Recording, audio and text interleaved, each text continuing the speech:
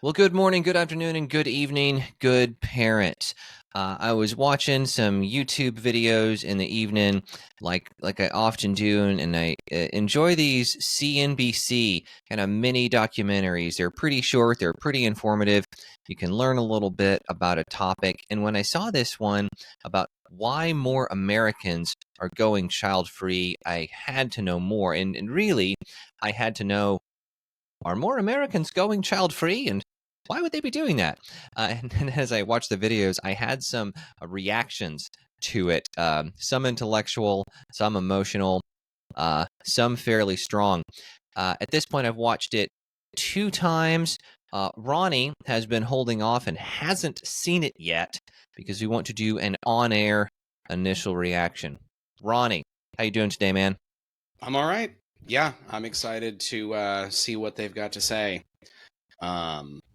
Yeah, I have a couple of friends who have chosen to not have kids, and then I have other friends who are like, I've got more large families that I'm running into as well. So I'm seeing both things happen. So see how that plays out over the years, if that's just anecdotal Yeah. or what's going on. I want to hear more about that. We'll have that conversation happening alongside the reaction video itself. So without further ado, this is Why More Americans Are Going Child-Free, the CNBC mini documentary on YouTube. We got married fairly young, and we both just decided for many reasons we didn't want kids. And then at some point we heard the acronym DINK, and I think just really fell in love with it. There are more Americans that are deciding not to have children, and it's purposeful. This new trend has led to the rise of a new type of household, more commonly referred to as DINKs, dual income, no kids. Oh yeah, dual income, no kids. That's perfect for us. That's absolutely right. Children are the death of net worth. Pretty crude, but honestly very true. This household configuration of dual income partners living alone without children is on the rise. In 2022, it was around 43% of households, and that's about a 7% increase from a decade previously.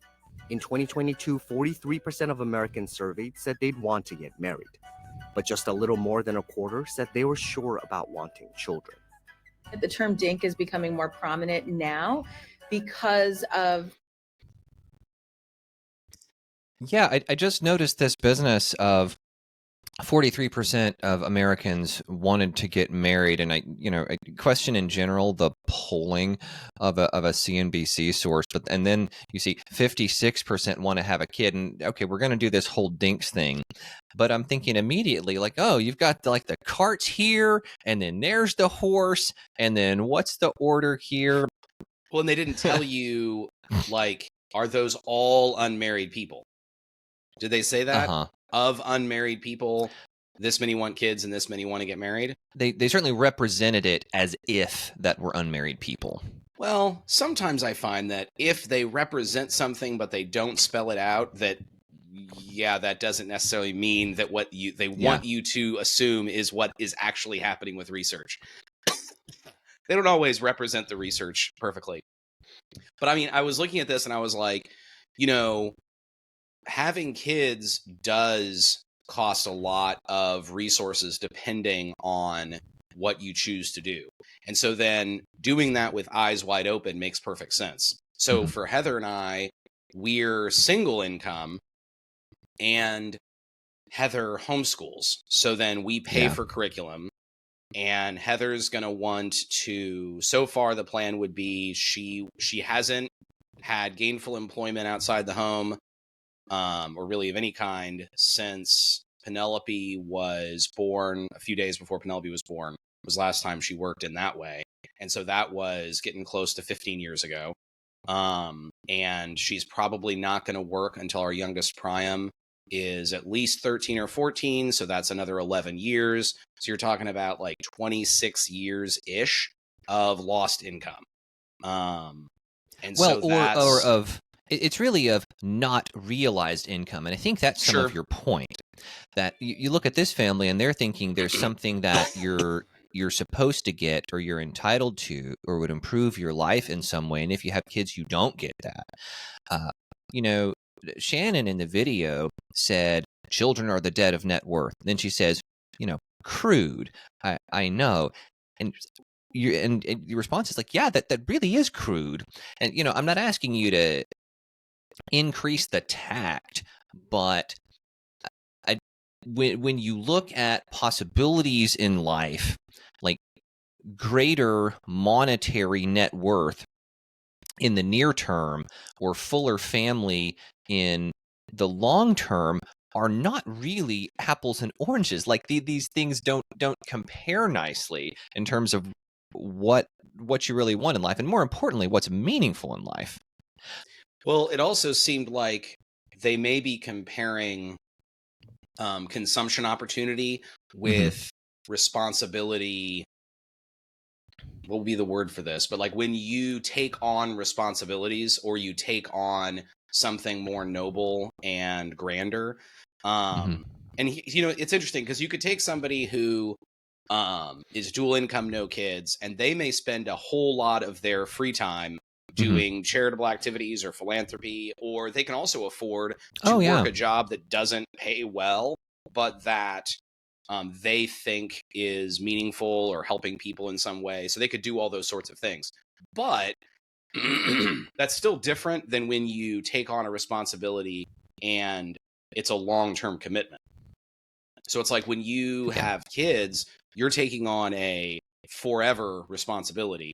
But if you take on a job you think of as charitable or you volunteer, you can sever that relationship anytime you want. Like it's not the same thing as just like having kids is scuttling your ships. Like, we've arrived, we're in a new place, and we're not leaving. Like, that's how it is. While with this, it's like, it's a visit that could be forever, or you could leave and go home anytime you want. So it is a different, what they're doing is not the same thing, even if they pursue that. It's not the same level of responsibility. I'm going to have something to say about that in a little bit, because you and I have taken similar but different paths in life. And up to this point, I actually think this video has been pretty vanilla, been pretty kind of documentary, and we're going to continue on because it grows from here. I want to throw this one thing out there really, really fast. And that is like, what about like, I don't know, selfishness? Like I look at this and it's like, they're just like, oh, I don't want to pay the costs of having kids. And if I look at what my perceived costs of having kids, I don't want to pay that.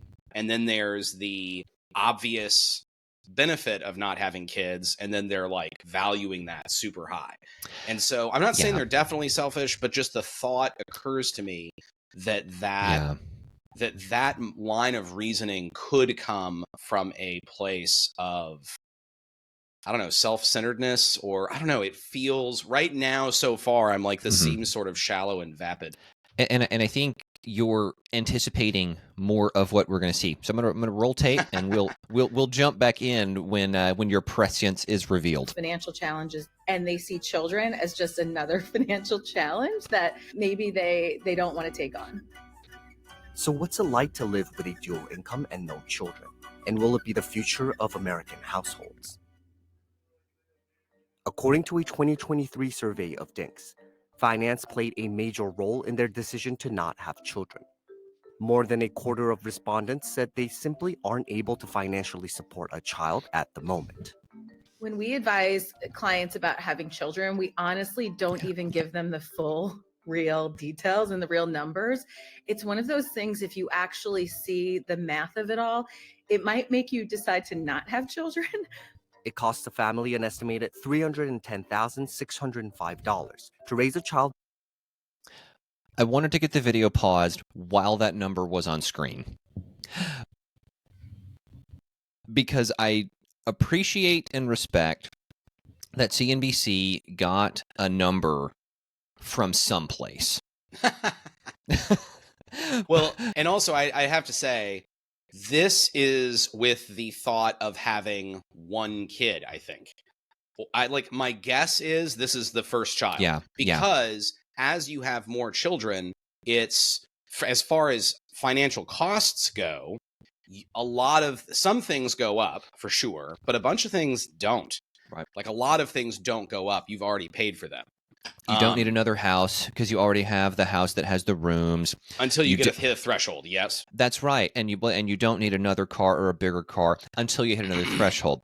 And I'll just go ahead and blast CNBC because I think this is, again, I do not believe it's phantom math that they didn't show their work.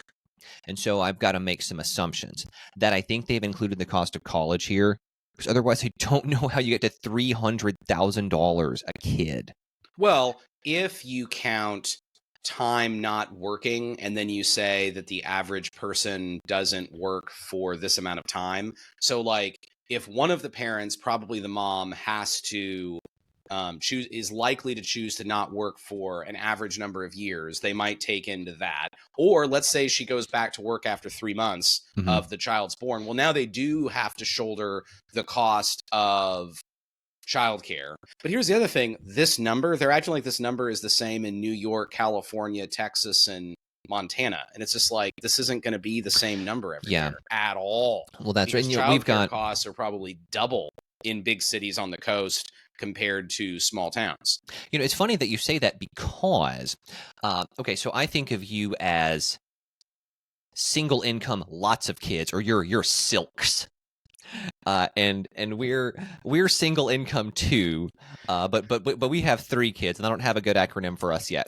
But we're single income 3 kids, and we're out here in California now. Used to be in Texas. The cost to raise children here is higher, but the cost is much more approximated if you make certain choices, like homeschooling.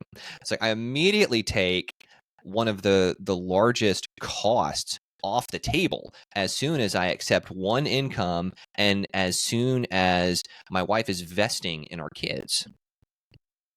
Right. And I'm going to be using Silk for like ever now. Yeah. That's Silk is pretty genius. I like that a lot. And it sounds so much better than Dink. DINKs. We're gonna roll again. Here we go. Born in 2015 to age 18, adjusted for higher future inflation. And that doesn't even include the cost of college. So if you look at inflation, It doesn't include the within cost of child college. care market, it surpasses general overall inflation within the economy. Some couples are contemplating having children at the same time that they're still paying off student loans that they incurred when they were 18 to. Oh, aghast! How could one have a child when one has student loans? Wait, hold on. This actually speaks to the part of the problem with our entire college system. It's like we tell kids who are very young, hey, you have to go to college. We don't tell them, by the way, you're the most fertile you'll ever be right now. Then they have a ton of debt. And it's like, and you're still pretty darn fertile, but in 10 years, it's going to take a bit of a dip there. And it's like, what, just wait, don't have kids until it's all paid off? Like, are you kidding? That's a good way to possibly just not have kids. Well, this or speaks have less to than you would have had if you had started.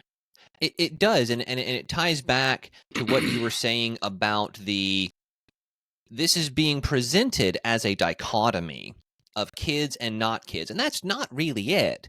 It really is when you have a child, then you're in responsibility mode for like the rest of ever, for like an awful lot when they're a baby, and an awful lot as you develop them to become an autonomous adult. Excuse me, and after that, it's like delaying isn't really on the table here. Well, and it's consumption. It's consumption and responsibility avoidance versus voluntarily shouldering responsibility and then bearing the weight of that in a noble and honorable way. And it's like, so far, I have to say, which one of these is obviously more noble and virtuous? Like the person who decides to have kids and then pursue raising them well and having them become excellent citizens and hard workers to move on forward, or somebody who chooses to not have kids. And it's just like, if you pursue having kids and training them well, that's clearly more noble than looking at it and going, well, they kind of cost a lot and we could just work more and then travel and consume more things and then we can own the better stuff. and I really want to own the better stuff. Now, they haven't like revealed any more noble motives. So maybe in a sec they're going to say, and if you do, you could do these wonderful things. I don't know if that's coming or not. But so far, I'm like, really? Okay. I'll hold my thoughts of nobility because I actually do have some. But no, the way it's being presented and the way I usually hear this kind of goes like this. Don't have kids, that way you can have more money. And you're giving up the game in a little bit, but it's just because you can't hold off on the conclusion that it's a kind of miscalculation on what is best in life. Conan was asked, or Conan was asked, and it was, Conan. you know, to defeat your enemies, see them run before you, and hear the lamentations of their women. But in actuality, see them driven before you, Jeremy. It's been a minute. Yeah. But in actuality, hey, Ronnie, what is best in life? Surely it's to have the most money. Right. I mean, one of the things that's best in life is the pursuit of virtue. I mean, really, becoming closer to the truth, becoming more courageous, becoming more humble, increasing in discernment, like pursuing those things, mentoring someone else so that they can become better.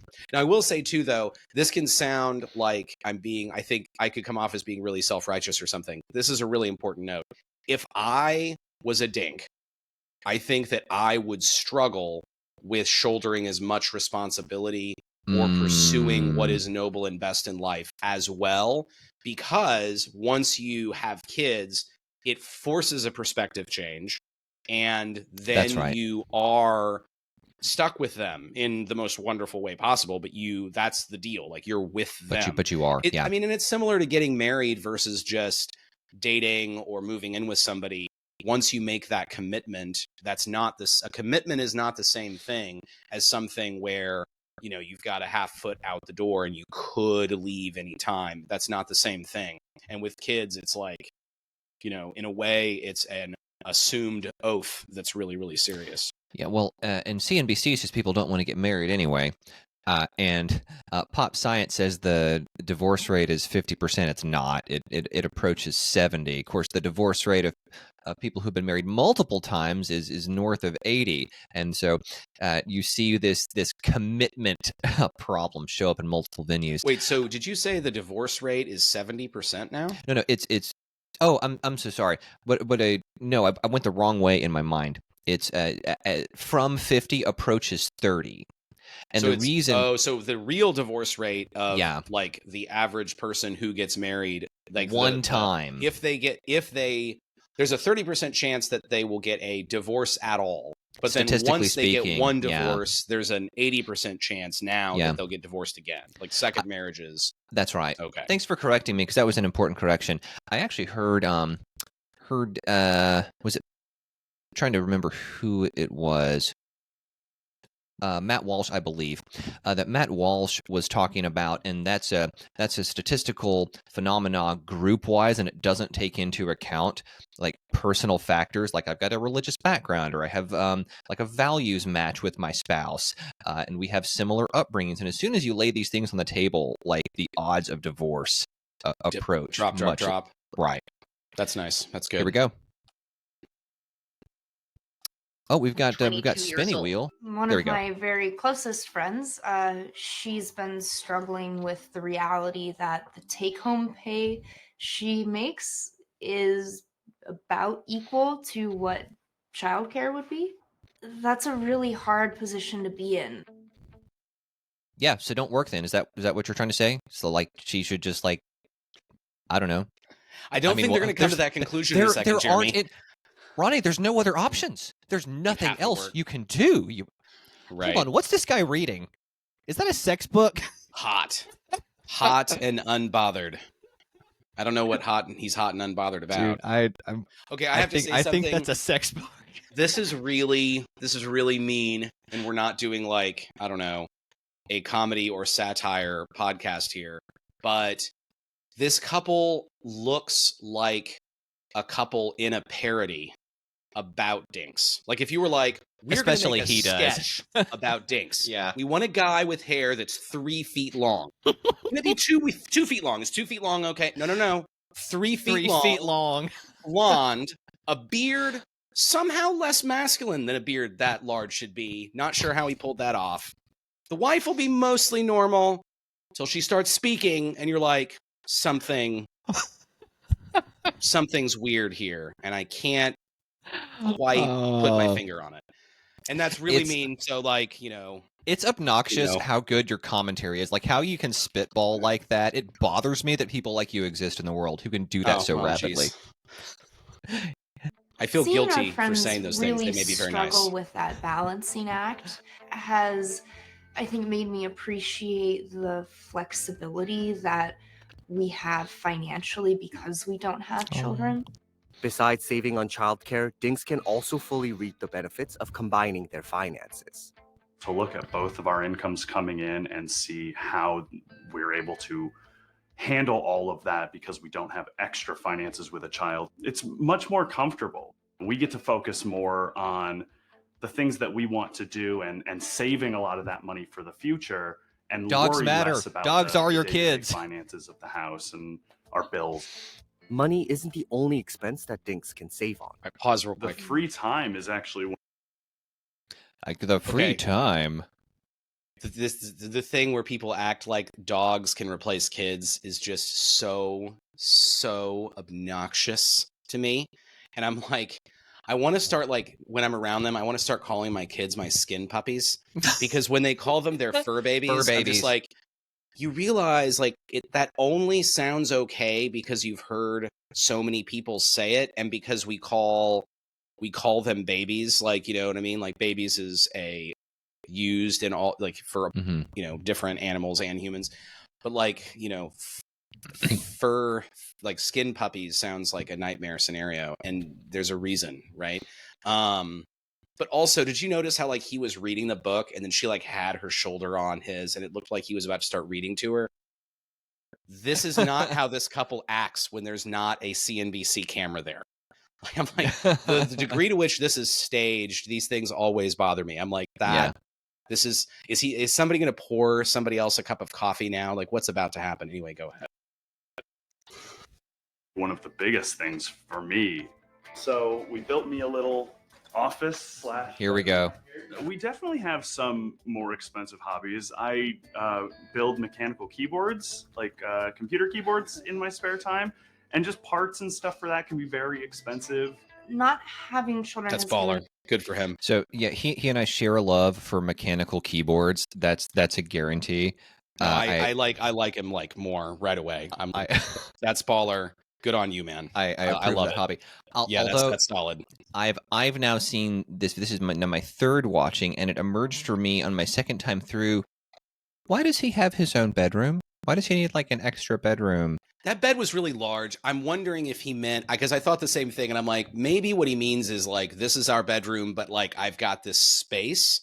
Or maybe he's staying up till 2 a.m. like, and then he doesn't want to bother his wife because he's keyboarding until 2 a.m. And so they've got this, like, sometimes we sleep in the same bed and sometimes we don't scenario. I don't know. Well, yeah, I mean, if he doesn't want to wake her or startle her, that's fine. But, I question a lot of this fellow's choices, including, whether he sleeps with, but, not the keyboard thing. That's great. That's tight. Keyboarding's tight. I'll take one of those for mad sure. Respect. Yeah. Us the freedom to pursue other things, remodeling our home. I'm a beekeeper. I'm really handy and I like doing stuff around the house. Of course she is. I wouldn't have all the time dinks to have just hobbies do like that beekeeping. after work. Creating keyboards. Did you want to talk about her beekeeping? Like, it's just so absurd. Like, and I'm a beekeeper. I'm like, okay. Like, we're back to this. Seems like a skit. Like, I know. Like, is this like some kind of, like, I know deep fake doesn't mean this, but this feels like, is this some kind of, like, deep fake? Like, these people are like, let's pretend to be dinks. What if I was a beekeeper?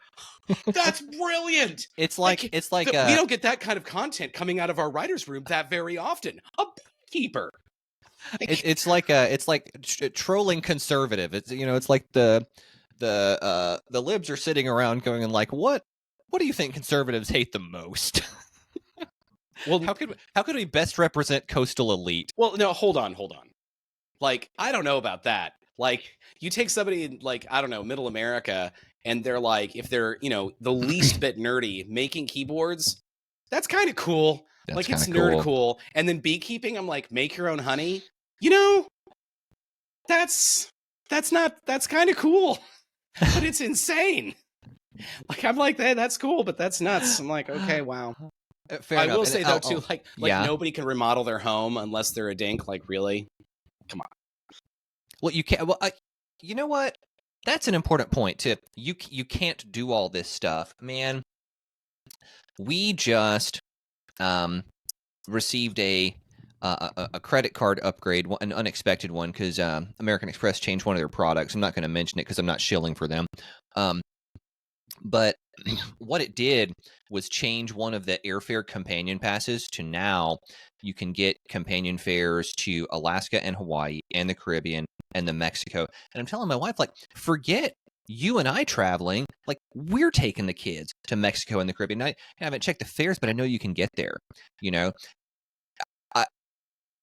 it's almost this issue of limitations breed artistic creativity. And so it's if I didn't have kids, all right, if I didn't have kids and I had my same income, which is not a guarantee, by the way, because maybe I pursued some things because I had children. But if I didn't have kids and I had my same income and I want to take my wife to Europe, I just do that. But now I want to do something different. Like, I want to share enjoyment with the people I'm responsible for. And like, yeah, I want to travel for my own enjoyment. It just matters less. And I'm well, and there's also something important to think about this too. Like, it's not, it's kind of like going to a buffet versus going to a restaurant of the exact same type and quality that's not a buffet. It's like, well, if you go to the buffet, you could have, you know, all these different foods. And then if you have kids, it's not the buffet. You can't do beekeeping and keyboard making and world travel, but you could do some stuff. Like, you can still do something. You just don't get to do all of those somethings. You know, I'll bring it back around to. I said I was gonna return to this because we had similar but somewhat different life paths, in that we both did the grad school thing, but I had some trouble getting into PhD. But along the way, I was in a semi-professional rock band, and you and I have talked about this a couple times, and it was a lot of fun. And I'm so glad that I pursued it. And Liz and I were married at the time. We were married the whole way through that. You know? But this was, for me, about 7 years, and it generated a little bit of income, but mostly was an expense, and it was a notable time expense, and it was a drain on Liz. And for most of that time, we weren't having kids. Okay, here's what I'm getting to. It's not, hey, emulate me or do what I did. It might be learn from my mistakes, depending upon the way you want to take it. But the moral of the story was, and then we had children. You know, because and the children are I would argue are better than a semi-professional rock band. They are, you know, an emotional and kind of I don't know, psychological benefit for me is I looked at the thing I really wanted, the dream, if you will, and I pursued it. Now, since then, my dreams or my wants have morphed, have changed, have evolved, and that's positive. But it was really in having our kids that our roles developed, that my alliance to responsibility improved, and life just got just a whole lot better. Well, you know, it's interesting too, because when you described all that, I just realized during your path, you were dual income, no kids for a little while. That's right. While you were married, like you were married for several years before you had kids, and both of you were working and all of that. While with Heather and I, there was a minute there where while I was in grad school, I would do like substitute teaching. And my wife was working full time, and I was getting done with grad school. And then I got a full-time job. And once I got a full-time job, she shifted to part-time because she wasn't enjoying what she was doing at all. And then we had kids pretty quick. So we never had like her full salary, my full salary, and we're just going full steam ahead with us having our post-college salaries. there were we were never that, not really. And then we had kids. So that's an interesting difference. Yeah, it is, but I think for this commentary, I'll have to say that at least Liz and I were certainly not financially advantaged in the same way that this couple is. Now, I mean, it looks like they're making a lot of strong financial moves, and hey, that's to be commended. Like, stewardship of resources is well, and they're might as well be probably virtuous. 10 or 12 years older than you were when you were in that position, so they've got more years of career development. And they were making career choices around the fact that they were planning to never have kids, which is also different. Like, you and Liz were planning on having kids. So you weren't dual income, no kids in the way they mean either. Not, because you were looking forward to kids. It's different. Right. This is an identity adoption. Yeah, there's that they've taken. Who, because Silks is so good. Who hears DINKs and goes, that's me. I want to be that. Listen, a dink is the sound that the paddle makes when you hit a pickleball. That's dinking.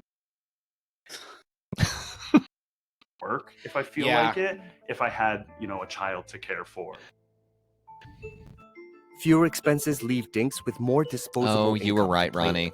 You were right. Disposable income is power, it's stability, and for many couples, it's security. The security that having 6 months of income saved for emergencies gives you, that security was helpful to us. You say pause it? Yes. Okay. Like, children also give you, what did they say? Power, stability, security. Right? Yeah. Security. Okay. So, and I don't mean power over your kids. I mean, like, you have an influence on the future in a way most people won't have if they don't have kids. You have legacy. So, like, now it's not power the way they're talking about, but it is real. And then as far as security and what was the other one? Security and stability. Yeah. What gives you stability more than kids? There was this part of The Firm with Tom Cruise in the early 90s where the firm, which were the bad guys in the movie, by the way, they were encouraging the lawyers who became lawyers there to be married, have a family, because it created stability. Now, they had nefarious reasons for wanting that, but it's real. Like having a family is roots and stability, and it does limit your future options, but I think that there's not an appreciation for that. It's like you're limiting your options, but in a great way. Like, having kids is an amazing way to spend your time. But then, like, they're looking at this when they're 35 or whatever they are. But think about when they're like 55 or 60. Like, I'm going to have, by the time I'm 55 or 60, like, I'm probably going to have a bunch of grandkids that I'm going to get to see and hang out with. And I'm going to have 7 adult children, and Lord willing. And that's going to be an amazing way for me to spend my time. And you know what? At that point, we'll still be able to travel. We'll still be able to go do stuff. Yeah. But when I get home, I can see my grandkids. Like, that's stability. That's a legacy for the future. So I get what they're saying, but there's this, it makes me think about, an intolerance of a little bit of insecurity and risk. It's like, well, if I'm making more money, then I don't have to worry. No. Worry to a degree is a choice anyway.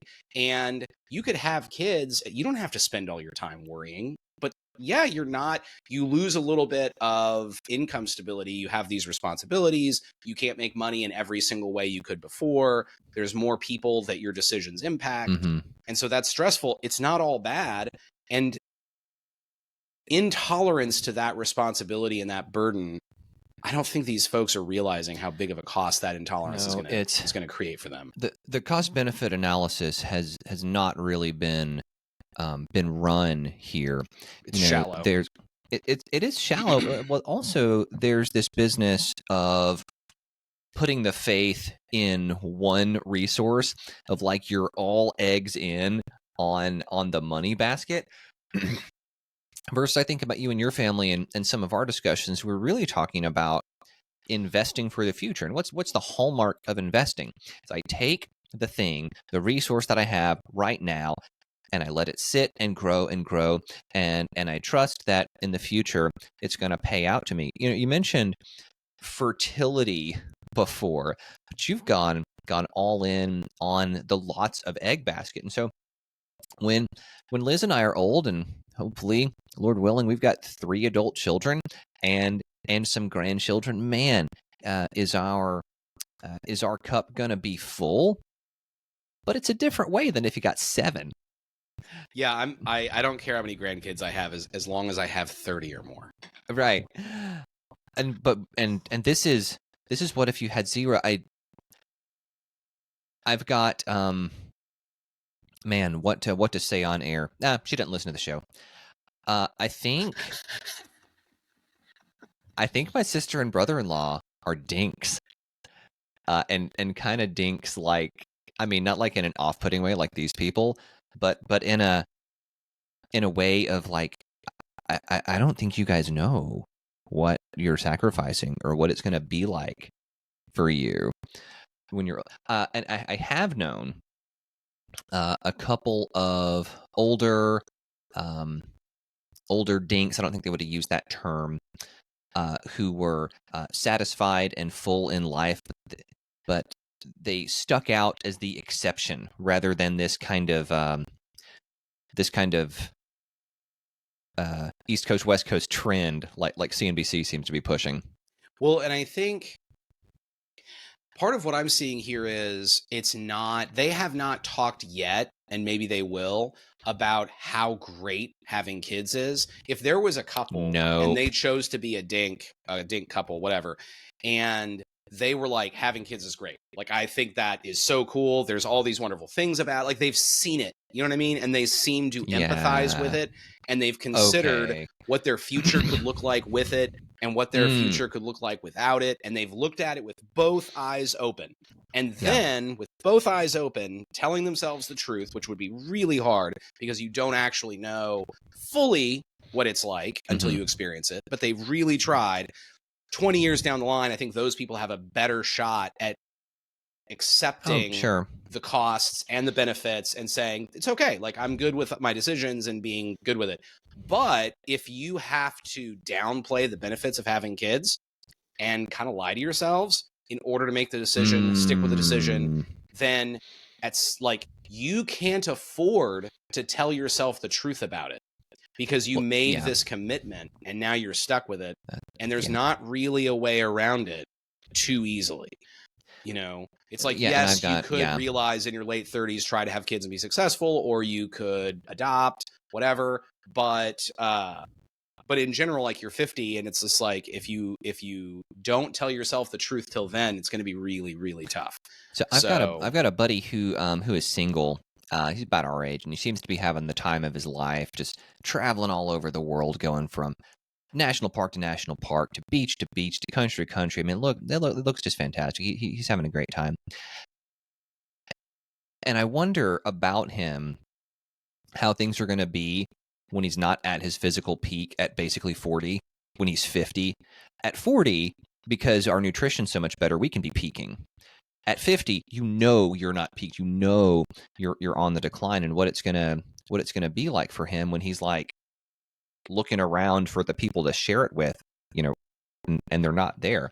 And I thought, like, it requires a lot more creativity and a lot more resource allocation for me to go to a place, especially for me to go with my wife, for me to go with my children. But man, I've seen turquoise beaches. Yeah. And they are not going anywhere. I think some of this I think some of this is actually about being iconoclastic. About it's you know, that the breaking down of the traditional roles or the way it's done. And it's everybody has kids, so you probably shouldn't. And then everybody has student loans, and they have to pay those back, so you probably shouldn't. And then everybody worries to a certain degree about finances, so like, here's a way out of that. And man, and as I look at it, I knew there was one more. And historically, women have been at home raising children. so maybe you shouldn't. And I wonder how much of it is tied to, let's just bust gender roles a little bit more. It's really cool when people figure out a way to do what everybody else is doing and then feel rebellious. like there's a trend to have less kids, right? And this is just a related trend. Like, now, yes, if you have a kid, you're a parent. If you have no kids, you're not. So like there's a threshold that you get past, and then you're in a different status. But I mean, it's the same trend. It's been going on for a while. People have less kids in America. Yeah. It's less than 2. People have less kids, and the reason is often not to invest all your money into one child to try to really help them just excel. It's not that. Often they'll do that to some degree, but it's like, oh, I don't want to deal with all the expense and whatever. And so this trend has been around. The one child now. This is like listening to Taylor Swift in order to rebel.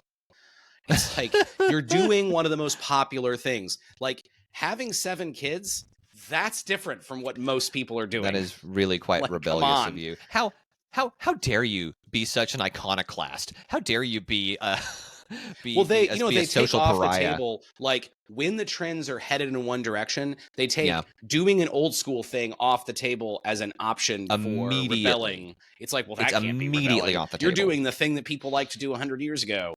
It's like, yeah, but if everybody is thinking along the lines you're thinking, you're not being an iconoclast. So you can't have except for beekeeping. Except for beekeeping, that's back. Yeah, that is pretty hipster. It feels very hipster. They probably have like a vinyl record machine or whatever in their record player. Hey, so I was going to say too, like, to be fair, we're getting to pause this and say many things about our thoughts on this. They've got like an 11-minute spot here. So there's going to be a stronger, more articulated way of arguing for what they're doing than what they're getting. So this isn't entirely fair in a sense. But I was also going to say this too. A minute ago, I said the person who really looks at the cost of not having kids in reality, and then over the course of time, they're telling them, they told themselves the truth about it, and they refuse to lie to themselves about the wonderfulness of having children, but then they still choose to have no kids. Those folks, I think, are going to have a better shot at happiness in life. Because honesty is better. Like, just look at the costs of your decision, being completely honest, and then figure out how to accept them. Well, the same should happen for people who have kids. Like, some people have kids and they think not considering the cost of their decision and the benefits of other opportunities. There's an opportunity cost to everything you do. That's right. You do it at the exclusion of everything else you can't do because you made that choice. Well, people, before they become parents or after they become parents, they need to do that about parenthood. Like, you are cutting off all these other options. Just tell yourself the truth. But if you don't have kids or you have fewer kids, you're cutting off all these other options. Like, as life progresses, there's like, you start off and you've got this wide, you can't see my arms, this wide array of options. And as life progresses, your options are diminishing, and you're doing that to yourself. So just tell yourself the truth about how you are limiting yourself, because everybody's doing it, and that's fine. Like, there's nothing wrong with it. It is inevitable. Just be honest, and you'll be happier when you accept that. We got somewhere with this reaction video, and this conclusion of tell yourself the truth. I think is an important place that we got to, and I even think about. It goes like. If you go to college, where you go to college, or if you start a business, what kind of business you start, what kind of skills you develop. And man, I'm just imagining this. Tell yourself the truth. It goes all the way back to childhood and the choices that we're making. And it's like you start off with this wide array of choices, and they become more limited, more limited, more limited. And the difficulty, I think, with some choices is that they might be morally neutral. Like kids no kids, I'm thinking, just as we talk, is morally neutral. But like role adoption and responsibility fulfillment, those aren't. And so if I add in, like, where does happiness and contentment and meaning comes from? I mean, the jury is in. It's like, this isn't even debated anymore. It's fulfilling roles is how you get happy. And like, you've taken one of the most substantial roles that people for centuries before have fulfilled, and saying, "No, we're good. We're gonna not beekeeping? do that." Beekeeping, the most noble of professions. Yes. I think that's pretty cool too. Not as cool as keyboards, but also cool. I wonder if his nickname for her is Honey. All right. So this is the plan I've got. We should try to go for 2 minutes without pausing, and I'll just take some notes in the chat, and then we can like try to hit, because I think we made 4 seconds the last time between pauses. Here we go. During COVID, when I was out of work for 6 months, Have like a smaller tractor style next. Pretty good lo-fi music track. we have more tolerance for chaos, I think, because of our savings. Our new you don't. savings goal, which is like our shoot for the stars and hit the moon kind of, is saving $4,000 a month. According to census data, DINKs can save 9% more for retirement each year compared to dual income couples with children. Another 2021 study found Silks, that not childless Dwicks. adults aged 55 and older had a personal median net worth of $153,900, compared to $130,400 There's no way to pronounce that one. That doesn't for sound biological awful. parents. If you have $1 and if you have to choose how to use it, a DINK can prioritize savings, astounding. retirements, investments, both in the equities market as well as things like real estate or second properties. See, the hardest part of investing is just having the cash to do it. And so when you don't have your cash going to expenses that are related to children, that cash can go into those investment goals. We started investing in our early 20s. I feel really safe because we have this strong nest egg of Looking at the ETFs computer that with are arrogance. accessible and fairly Look at our liquid. money. And then Look we at the also money have go. our long-term savings, Money go up. which are, tied So up high. in IRAs. We can choose what our aging years look like because we've saved. No, you can't. You don't know what your plan for aging that years are going to look like. eventuality. Guy with It is well documented Legend of Zelda that sword the younger that's you 4 are feet when long? you start your He does. savings and He your does. retirement Jeez. portfolio, the better off you are in the long run in terms of aggregate savings and your ability to accrue savings and wealth. Just take the $310,605 it would take for a middle-income married family to raise a child. While child expenses can vary significantly by age and location, that could easily and represent how more frugal than you are. Come on. That's not a realized gain. You're talking about a forgiven loss, so that's actually not how numbers work. And this You can't is say, like you would have had this $310,000. freaking politician math, man. Like, we want number high, do fun math.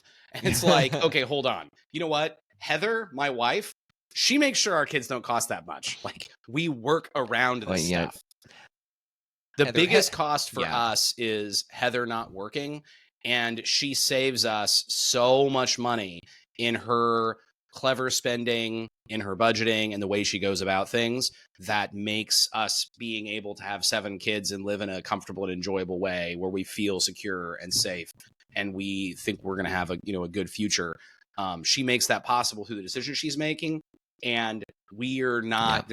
We're nowhere near this. Like, that would be that each child is costing us overall our kids are costing like $2.1 million or something like that.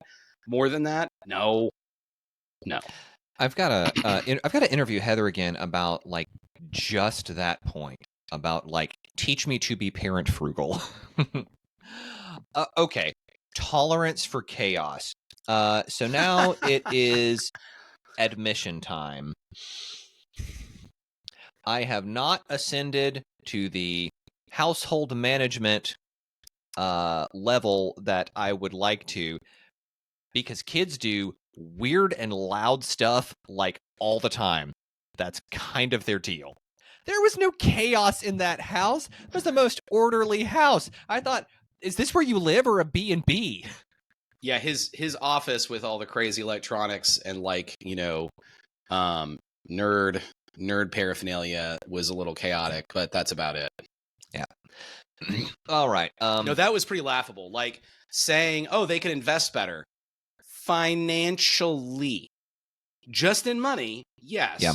But like, kids are an investment, and then you have a kid, and then hopefully grandkids. And even if you don't have grandkids, you've got a kid, an adult child you can hang out with and be around and have a good relationship with, hopefully.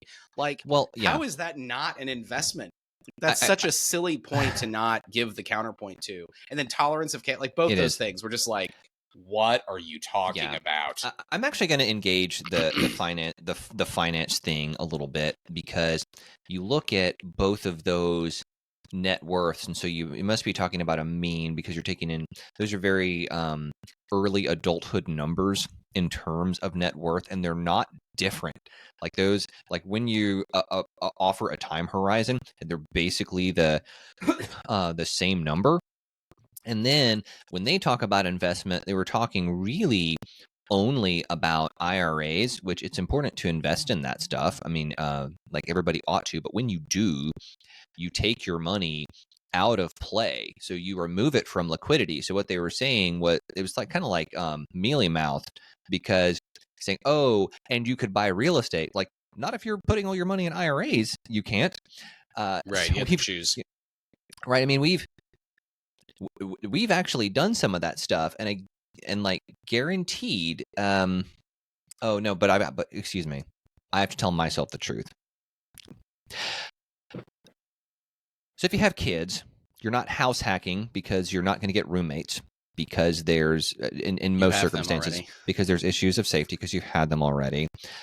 So you're probably not living out of like one duplex.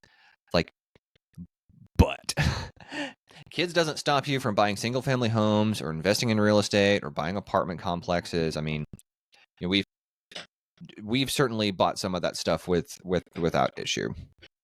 Well, I will say some of that, it depends on where you're at. I mean, you know, if you have a high income job, or you start off with a little bit of help from your parents, then that can snowball into, I can buy real estate and I can do this or that or whatever. You can have some options. But it, you know, if your income is very middle of the road or below, and you're living on that income, and then you have lots of kids, it limits some options. Like it can make it. Now we have friends, and they have 7 kids, and they've got a rental property, and that's super awesome. And I think they had to make a lot of sacrifices to make that happen. But like Heather and I looked into that, and I'm like, I don't know how we could do that with set. But part of the problem is the way you do that. One of the ways you can do that on a mid-income is you move into a very small place, and you rent out your old house, and then you save up and you buy a new house for yourself. Yeah. And then you live there for a little while saving up, and then you move out of there, and then you rent that one. So like you can pull this thing off, right? Right. But to do that, you likely need to live in a small place and be making okay money, like mid-range money, let's say, Sure. and make a lot of sacrifices. At the point of time when we could have done that, we already had 4 or 5 kids. And so it's like, and we were in a house that was already just 1,600 square feet. So it's like, how would we get smaller to rent out this house so that we could save up and get another house? And now we could have just made huge sacrifices. You know, we could have done that. And we chose to, instead of making huge sacrifices, we sold our old house. We bought a new house, new to us. And it's, you know, over 3,000 square feet, so that we have a place for our 7 kids where it doesn't feel so cramped, you know. All right, we're going to see what else they have to say. Here we go. $15,000 in otherwise investable funds per year. Consider the power of annually compounding interest. And that $15,000 per year can grow to more than 500. Childcare is your only option. There's no such thing as homeschooling, and moms never stay home with their kids. $1,000 in just 18 years, assuming 7% annual returns. This nest egg could also help dinks secure more assets for themselves. Dual earner adults living together who both have jobs and have been saving are really able to put a hefty or relatively large down payment on a home, which then reduces their monthly mortgage and has all of these other benefits. You're paying less interest over the long run. I was fortunate enough to have a good little nest egg gifted to me by my grandparents. And that helped us buy our first house. There it is. But then from there living in that house, living in a place with a lower cost of living like Utah, having dual income helped us build all this savings so that when we sold that home and moved to Massachusetts, we had an even larger nest egg that allowed us to buy Does he have a more nose ring? expensive home He in has a a nose higher ring. What's that? He has a nose ring. I just realized. I just realized too. I don't think you had it in the earlier cost of scenes. living area. I'm not totally sure where we would be if we had a child as well. That extends beyond just purchasing Happier, a maybe. home. There are lots of big item, big ticket investments that we More stressed in some tend ways to too, make though. earlier Right, on in right. adulthood. At the early to stages. the extent that we can pay as much of it as possible up front, that does have a rippling benefit for us as we age. My wife and I have only paid for 1 year But the of rise car of DINKs payments. isn't such Other than great that, news all for the cash. economy as a whole. Same. Historically, lower it birth might have been a rates year have and a been half. associated with slower economic growth. And critical social programs such as Social Security depend heavily on population Oh, we're growth. getting the other side of it now. We shouldn't No, strive to have a Because generation pause real of fast. Not the real other side of it. We may get the other side in a second. They've explained all these benefits for the individual of being a dink, and Yeah. then costs of not having kids for society. In That's a way, that's a backhanded way to just keep on arguing to be a dink, because they're like, right now, they're like, there's all these benefits to other people if you have kids. of young adults that are not reproducing. That would not be healthy for society. It wouldn't be healthy for the economy. It wouldn't be healthy for us as we age. So there are a lot of reasons why we do want to take investments in There the we next go. generation seriously. Elderly father For with DINKs, the adult biggest son pushing him challenges in a are wheelchair. often It's a not good image. financial. And I think we've For freaked a lot of people Oh, they get judged. They get judged. out when we were just a young married couple, and that was all. As a couple with There 7 was kids, no we don't ever get baby judged. afterwards. You I you had never family ever get judged members for having 7 asking kids. Ever. Ever. Something No was jokes wrong either. because it's been 5 years of a young, healthy couple not producing a child. Something I might be think wrong. that there is a self-care aspect that is minimized when you're a dink. So there are many mom groups or, daddy-daughter dances. There aren't groups for, hey, I'm a professional woman and I just want to go home I think Ms. Irvin's a dink. She's too hard in on and read a this. book and Well, take care of myself and- tonight. I don't know about all that. Like, there's book clubs and stuff. People go online and like complain to each other. Like, if you are in a big city and you make a dink group, you'll have a bunch of people in it if they want to be in it, like, super fast. This feels like Yeah. this is a trumped up thing. It is. Well, I mean, because the groups for singles or groups for non-kids they're just interest groups. It's just whatever is the hobby that you do or that's the a interest really that good you point. have. Yeah. Yeah. And then you could participate it with people who have kids and not. But the thing is too, if you get into an interest group that's hard to pull off while having kids, then the percentage of people with kids in it are going to be really small. There it is. I think on the other side of that, there can be times where in certain circumstances and circles, it's harder to make friends. There is also the potential for more financial responsibility from other family members. There could be additional pressure as dinks get older for people within their family to assume that they can take care of certain obligations. For example, if you have an aging parent, dinks might be the ones that are relied upon because it's presumed you have disposable income or you have disposable time to take on these Like the responsibilities. first part of this video, According to all experts, said. the number one advice for dinks is to prioritize savings and figure out clear goals for the future. If anybody is considering becoming a dink as a financial plan, All right, I don't know if you can become a dink. It's more that just like if you don't have kids. Well, like you And said, you're- though, there is an identity. They're creating a atmosphere of, Like a if you're shred dink, out. It's not just that you're dual income, no kids. Exactly. It's this whole thing, right? You're embracing Yeah. this lifestyle. It's by choice too. Like they're saying it's not that you tried to have kids and didn't. They're talking about people who never tried or planned on not having kids at all, and then they're pursuing this thing, maybe, See if they got anything else to say. planner. You make a I good- highly it's almost over. recommend that strategy. I recommend it to my clients. When my clients tell me that's an intentional choice they're going to make, I am a big fan of it. With that disposable income, make a budget. How do you want to spend it? Make sure you put aside some money I for wonder how fun, much more money but also she make sure you makes put as a aside some money financial for advisor investments, and they can be traditional when or people don't non-traditional have kids. investments, and then revisit it annually She's to make sure it still makes more, sense. you I mean? make a few I hundred think if you dollars more are a year. It's totally worth it to help considering convince you not to never having have children. in your To not life, have kids. make sure your partner's on the same page as you and that you have confidence in that value in isolation without your partner too. Don't go into the dink lifestyle just like, I don't think I've ever seen two people like playing together with smiles on their faces, and it looked so miserable. I just looked at them playing with that dog in that field and went, "Your Like- life is empty." right after the camera stopped rolling, it was like, we never do this.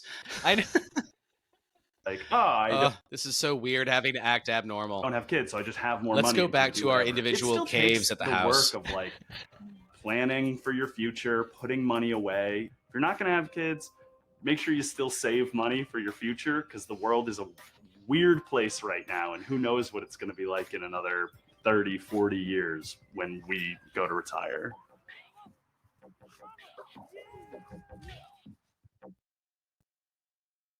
And that's it. Yeah. Interesting. Yeah, they did not argue in favor of children at all. At all. Like, they gave a 10-second, it might be bad for society that you're not having kids, but that was it. That was the whole story. I mean, the conclusion is so near, so within reach that you grab it so fast of like, okay, but where does meaning come from? And not the subjective sense of meaning, but like, no kidding, what matters? Like, I mean, this is Aristotle's "What is the good life?" And I'll hazard some of the answer. It is the pursuit of virtue, but part of virtue is building and realizing the people around you. There's multiple ways to do it, and we can look at Paul the apostle from the Bible as a missionary, didn't have kids. He said, or Mary is like, he said that'll weigh me down, so I can't go missionary as much. Like, if that's your argument, fair enough. You were doing something greater and higher. I've got a friend who stayed single, never married, and his deal was, this lets me visit people all around the world better. And I'm not talking about kind of I don't know how to qualify not luxury travel, I guess, not luxury Instagrammable travel, but it was all about, this enhances my relationships because I'm able to do this. And I thought, oh, no, I disagree with you. For most people, like, but you're surely not saying something as vapid as, I think my older years are going to be, oh man, Ronnie, I'll raise you one. I'm sorry, I talked all that, but I got to say this. And if there's a life after this one, then our investments that last into that one are probably the most important ones.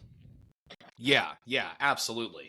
And, this video needed several things, but one thing that it could have used that would have been really helpful is interviews with people in their 50s, 60s, and 70s that never had kids, and see what they have to say. And then also interview people who are in their 50s, 60s, and 70s who have kids and see what they're saying. Like, show a picture of Christmas with a bunch of grandkids.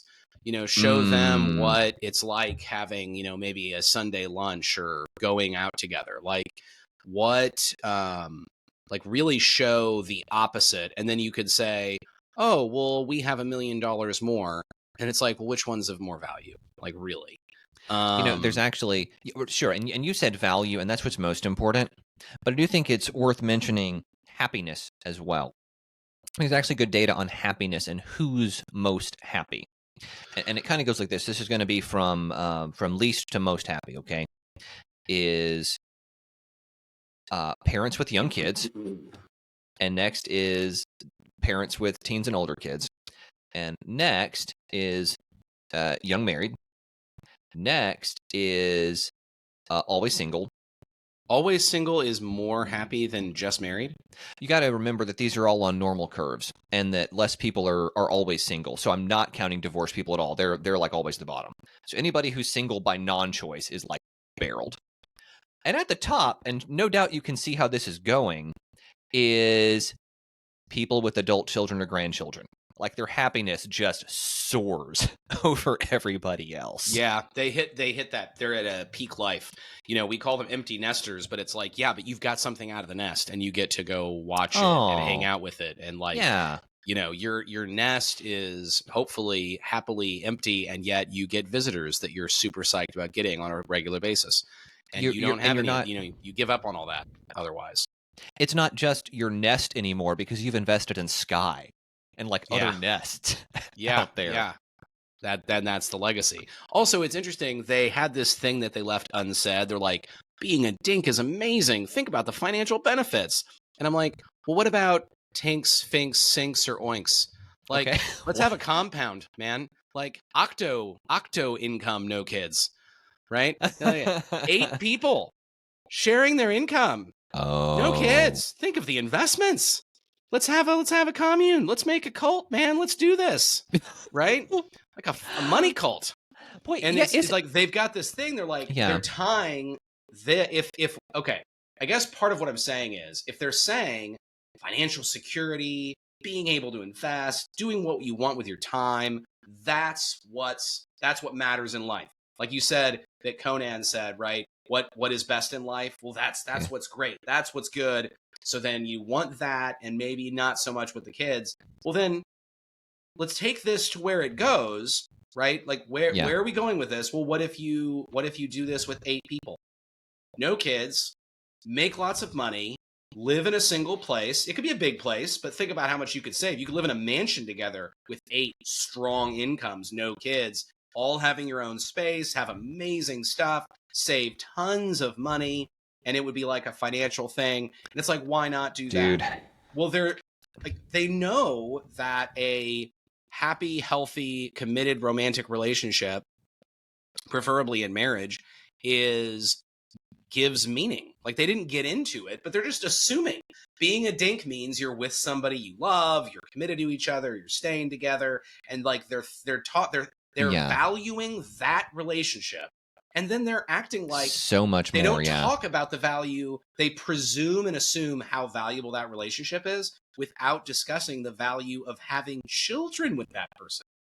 Like creating life that looks like the two of you. Like if love and romance and being with somebody and sharing resources with that person is so great, and you don't want to do it with 8 people or 3 people or 4 people, you want to do it with one person and you have this relationship. Let's talk about what it means when you have children with them. Like, let's get real. Like, if that matters so much, do the math. Where does this go? And so they're playing this game again, where they're trying to eat their cake and have it too. Like, they're not, you know, they're presuming the value of this long-term committed romantic relationship without discussing how valuable it is to create life with that person, and then talking about the value of money. Filthy lucre. I don't want to dilute your point by commenting on it. I just think that's a great beat to end on for me. Got anything else you want to say today? Well, I'm just going to say that this was really fun doing a reaction video, so I think we should definitely do this again. Do more of these. This was interesting. And I didn't do any prep at all, and I so feel like we were able to have like interesting things to say. And, you know, I don't know, for folks that listen to us, you know, normally in our previous videos, we think of a topic. I write a lot of notes about not exactly what we're going to say, but just things, you know, kinds of things we might want to hit. And it takes a lot of prep to do that. And this was push play, man. Yeah. And this was fun having it be more impromptu and a lot easier. So maybe if we do these, we can do more of them, which I think is exciting.